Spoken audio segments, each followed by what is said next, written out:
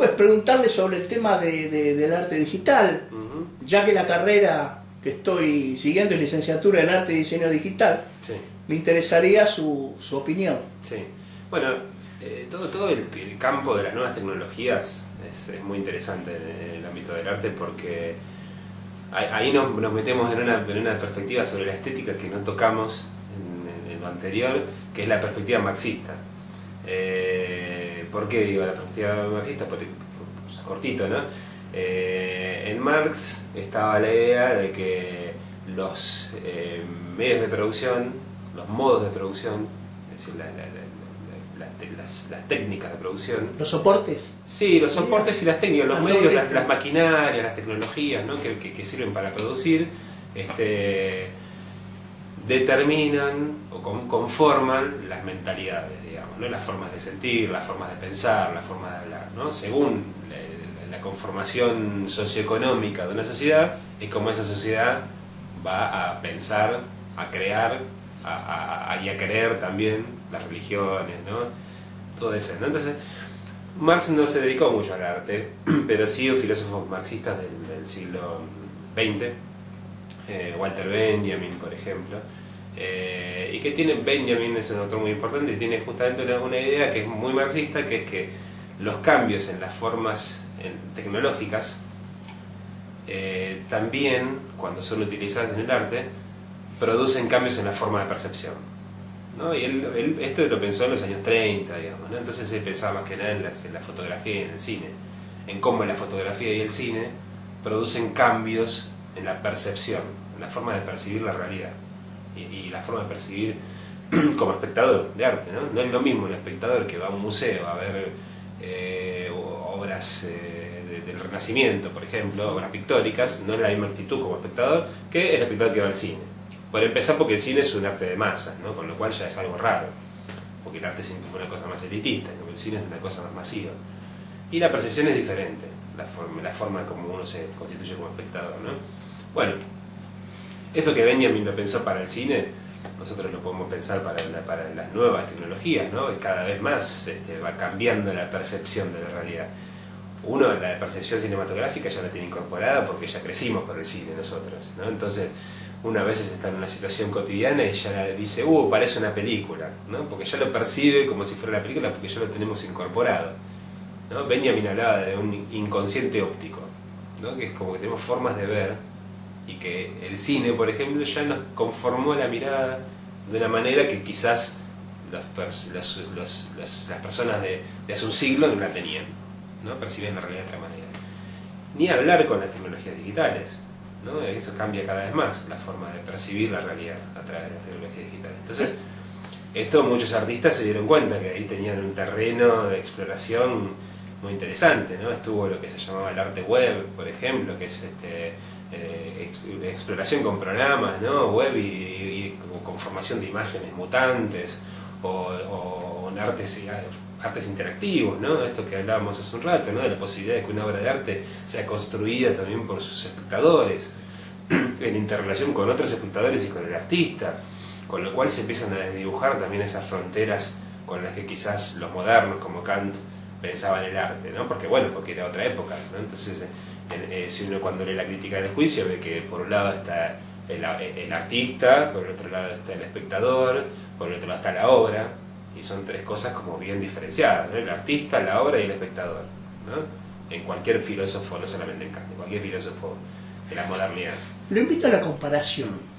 Vamos a jugar un poco y a pensar a ver qué, ya que la filosofía es más importante la pregunta que la respuesta, Claro. ¿no?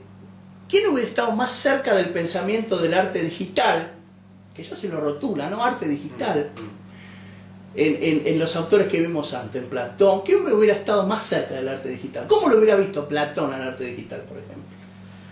Bueno, yo creo que Platón hubiera detestado el arte digital, ¿no? Porque ya incluso antes del arte digital Platón hubiera detestado el cine, ¿no? Porque el cine es como la caverna, ¿no? El cine son hombres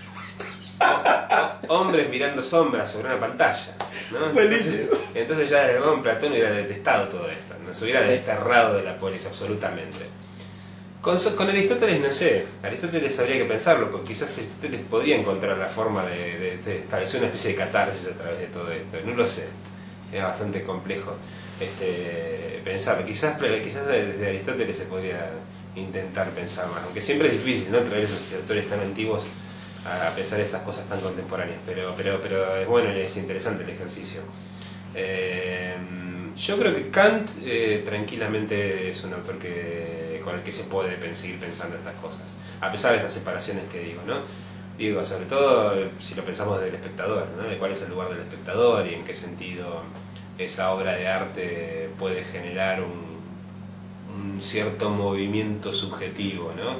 Porque Kant, lo que le interesaba a Kant era cómo se relacionaban las facultades, ¿no?, estas facultades del sujeto, que son varias, ¿no?, la sensibilidad, la imaginación, el entendimiento, la razón. Podríamos pensar a ver cómo que en el arte digital la reacción sí. es inmediata, la reacción la ve al instante. Sí. Si es una pintura digital que tiene una reacción, un estímulo, la nota al instante, ahí creo claro. Kant la vería al instante. Sí, yo creo que de Kant se pueden pensar estas cosas, por supuesto con estos límites que decíamos recién, ¿no?, que Kant obviamente no pudo ver nada semejante a esto que estamos viendo nosotros, entonces si bien los conceptos filosóficos en cierta forma uno podría pensar que son eternos, pero también están anclados en una época en particular, ¿no?, en el contexto. Entonces obviamente todo autor es un autor que también está relacionado con su propio contexto. Y Deleuze también, ¿no? Y Deleuze también, sí. Deleuze tiene un concepto interesante para pensar no solamente el arte, pero que es interesante para pensar la vida para él en general, y también el arte, que es el concepto de modulación, que es la idea de una forma, puede ser una forma artística, una imagen que tiene una forma, ¿no?, pero el concepto de modulación es el de una forma mutante, ¿no? Él hace una oposición entre modulación y moldeado, ¿no? El molde es algo fijo, ¿no?, un molde que yo le meto un molde a una materia y le doy una forma, es estática, digamos. En cambio el modulado, la modulación, tiene más que ver con la música, ¿no? Entonces como una forma que tiene movimiento, ¿no?